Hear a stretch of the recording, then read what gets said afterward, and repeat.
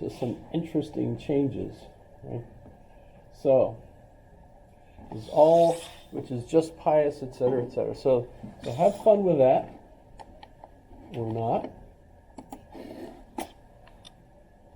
Oh, and a quiz question for today, by the way. It's really based on the Euthyphro. Is this one. This is another hypothetical that you might like. I don't know.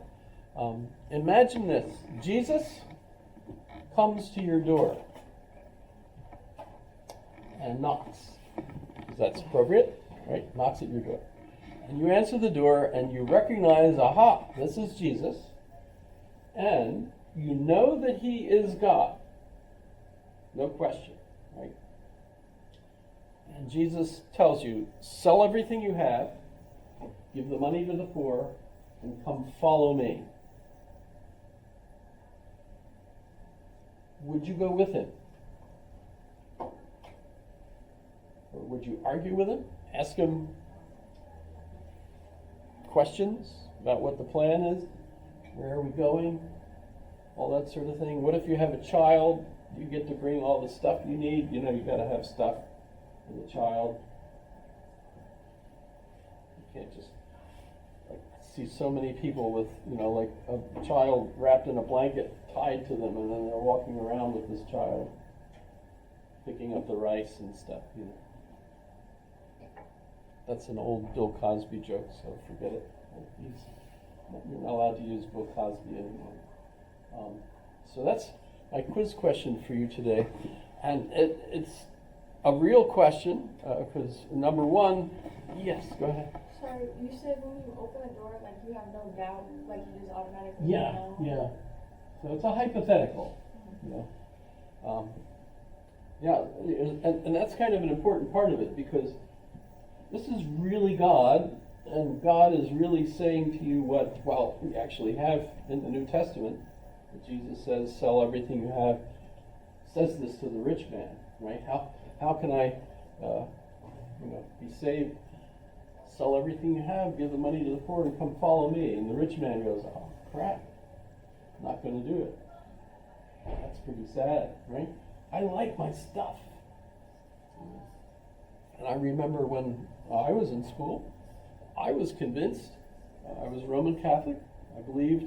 It wasn't until philosophy class where I started having my doubts, right? And it seemed pretty clear that what Jesus was saying was, serve God, in a monastery or something, take the vow of poverty, right? I had teachers, the grammar school, I had nuns, the ones that look like, Whoopi Goldberg in the movie, Sorry for the reference. But, they had the habit and everything. And in high school, I had Augustinians who had taken the vow of poverty and so on, right? So that was a real option that I could see. In fact, I could see that as a real option more so than like my dad. What was my dad doing? I only saw him when he came home from work in the evening. I didn't know really what he did in the office and so on. So, as a young man, who do you want to emulate, when you're growing up? But at the same time, I was too curious. That was the 60s, right? And so if you think about what the culture was doing at that time, and I'm immersed in this culture, of course, I didn't listen to the Beatles.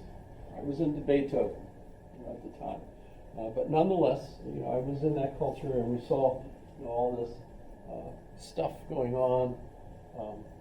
And I was interested in trying out all that stuff. And it seemed like if I took the vow of poverty and I went into a monastery, Augustinian probably, I wouldn't have the option of experiencing all of that. So I decided to go to college instead, to try to delay the decision. And as you can see, I delayed the decision until, of course, the decision was, I was married, and that was the end of that. I almost went to the Episcopal seminaries, I was accepted in 2 of them, but I ended up joining the army so I could have lots of money instead. It could be funny, but it actually worked out pretty well. So there's your quiz question for today. Imagine Jesus is at your door. That's kind of neat. The typical American, like, even if it's God, well, but I like my stuff. What's the advantage of going with you? What's going to happen, etc. So, and I think it's a live question. A lot of people believe in Christianity. Christ seems to be the individual that's central to that. Yes? Makes sense? And that seems to be what Jesus is suggesting, is that you should follow him, be an itinerant monk kind of type person. Not sure how that works for females, especially if you have children. That's quite a different situation. Okay, well, let's move on. Unless you have questions, you want to argue about it in class? That could be fun. Get to know one another. That's something that's supposed to help. No? Nobody wants to get to know one another? Every one of you look to be an intelligent, friendly person. So you might like to get to know one another. Actually, probably a good thing. Believe it or not. I thought I knew at least one name last week, and I was wrong. Is there a Chloe? Who's Chloe? Chloe's not here. I noticed some of you, if you look around, the room should be full, but it isn't. So some of you are not here. That are here. I mean, you're in the class, but you're not. Well, how about Matt? Who's Matt? Is there a Matt? Yeah. You're Matt. Greetings, Matt. I'm learning from emails. That's, who's in the class, etc. Shelby. I learned Shelby today, so that's good. But you guys should meet one another. Theoretically, college is the place where you meet people that you'll know the rest of your life, etc. So if you're not taking advantage of this environment, talk about, what's the difference between Harvard and UAA, right? In a lot of ways, there's no difference. In some ways, there is. You figure out which ways are different, which ways are not. Number one, you need more money.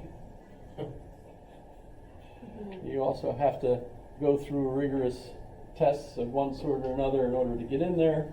But once you're in there, I don't know how big a difference it is, actually. I mean, I've read some stuff that convinces me that you're actually not learning as much in a place like that.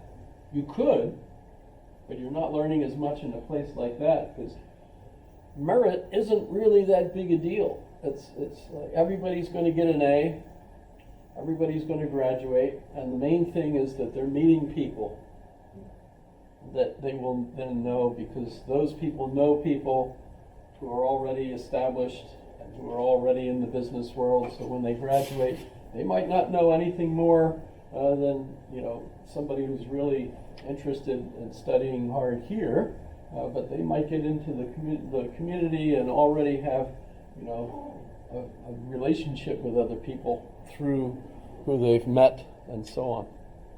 So it's who you know. Who you know instead of what you know? I think so. At least according to some folks that were there. Douthit is one of the authors that I read a lot, and one of his books is all about his years going to Harvard and what he learned about Harvard, and discovered that it was basically a drinking club. So that's kind of interesting. All right. So Meno, it's another Platonic dialogue. By the way, if you go, let's turn that off. If you go up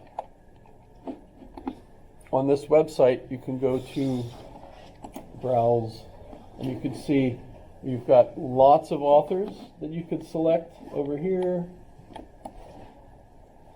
You get the idea. Open up, right? Other authors. Over here, you've got, by selecting Plato over here, you've got all the dialogues here. So you can see pretty much, if you're interested in Plato, you can read everything there. Another way you could access these, besides just doing a Google search, is the Perseus Project. And the neat thing about this is when you go to the collections, they have them in the original Latin and Greek, as well as translations in English. So if you go to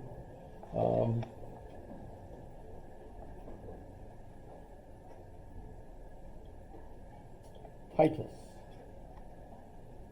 Well, this is obviously the Latin Vulgate. What do they mean by that? Anybody know? Latin Vulgate. So it's in Latin, and Vulgate means the common Latin. Vulgar, we use that today as oh, that's so vulgar, never say that. Actually, vulgar just meant common, the way people normally would speak in Latin.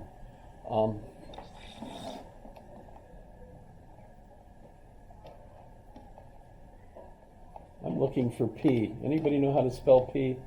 I see a couple. I'm in totally the wrong place. Flavius. They don't seem in alphabetical order, do they? They start to and then they don't. I think it's last name, Lewis. Yeah, I was looking for Plato just so I could click on Plato and, oh gosh, I'm way the heck. Here's P. Yeah, Go I up. found it. There you go. And Plato. So if I just click on Plato, notice you've got everything there. So this is a bigger menu than it looks. And you can find, let's find, oh, there's the Euthyphro. So we could read Euthyphro, Apology. And notice the neat thing about this is, so that's Euthyphro in Greek. Notice though you could just click on it and take it to the dictionary, or you could, actually I think that it's a separate thing, but you could also switch it to English, and so you could see it in both English and Greek. So the Perseus Project, pretty interesting if you're curious. Very big, very big. Hopefully it will stay free and available for many years to come. I don't know how these places get enough funding. I think it's mostly through the university supporting it. So student fees, probably, supporting those. Okay. What happened here? Oh, I want to go back to the Meno. So looking up Meno in Greek suggests to me that Meno means unchanging. It's a character, but unchanging seems to me to be the meaning of the name Meno. Remember in Parmenides, which is not only a philosopher but also a dialoguing with Parmenides. Para means two, mena means unchanging, and ideas. So you've got a conflict between two ideas that you've got to believe both of these, the one and the many. But, they're in conflict with one another. So Meno strikes me as meaning unchanging. And this is a middle dialogue. In other words, this is Plato using the name Socrates as if Socrates really went through this dialogue with other people. And it could be that he did, but the difference is that in this dialogue, Socrates seems to know all the answers. He's using his technique to draw the answers out of the people he's discussing things with. In this case, they're also going to ask a slave boy for help. And it's interesting, he asks, does the slave boy speak Greek? Yes, he does. Okay, because otherwise it wouldn't work. However, So slave boy answers his questions, right? And what he eventually ends up doing is leading the boy who's never studied math or geometry, and he leads the boy to solve the Pythagorean theorem just by answering his questions. And so Socrates is basically arguing regarding the nature of virtue. Can virtue be taught? In other words, can I improve your personality? Can someone improve your personality by teaching you? And a common understanding that people get from this is, for Plato,